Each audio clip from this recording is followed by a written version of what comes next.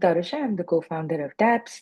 Today is the sixth part of the founder series that we are doing, and I am calling this one Everyone Wants a Community, Few Deserve One. So I feel that everyone wants a loyal community, and I think that is the fact of the matter, especially in Web3. Founders, creators, even lurkers. But here is the uncomfortable truth. You don't get a community just because you built a product. Mind blown? I thought it was pretty obvious, but I have realized time and again that builders get too caught up in the product and they forget about this universal truth. You don't just get a community, you have to earn it over time through effort, through service. At Dapps, we saw this firsthand. The creators who grew fast weren't always the most talented. They were the ones who consistently showed up. Again, I'm talking a lot about consistency and how that kind of trumps everything, but it is the truth. So people don't gather around ambition, right? They might gather around to watch, but it's mostly the energy that they gather around. The energy is contagious, but only if it's real. It has to be authentic. You can't fake a community. You can't outsource a community, and you definitely cannot demand it. So when we launched, we thought if we build the right tools, the community will come. Some did, most didn't. That changed drastically when during our testnet phase, we launched the beta testing community because people aren't really looking for a platform. They were looking for connection.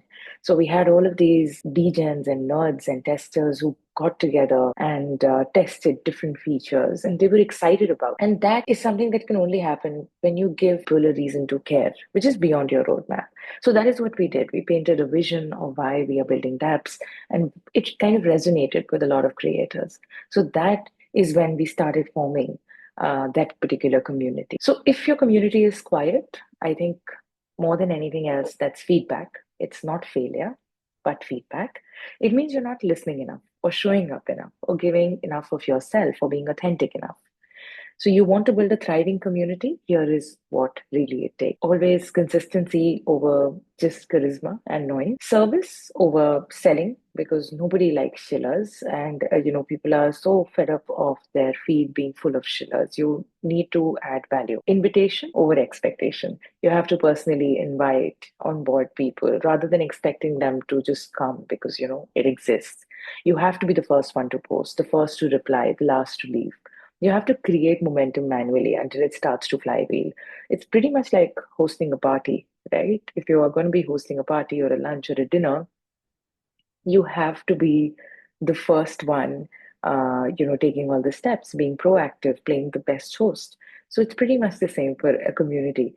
You have to do all the heavy lifting initially until it starts, like I said, to flywheel. No one owes you attention, not in Web3, not anywhere else. So a true community is like a garden. You can't rush it, but if you keep showing up, if you keep watering it, if you keep protecting it, it grows. And if you do it right, you won't just have followers, you'll have believers, builders, people who will carry your mission with themselves and with you. They'll walk alongside with you as well. So everyone wants a community. But now ask yourself, are you building one that you actually deserve? So this is what I had for today's episode. Thank you so much for joining in. Thank you so much for tuning in. If you're building a community, tell me about your early learnings. I'm always happy to brainstorm. Here is Tarasha signing off.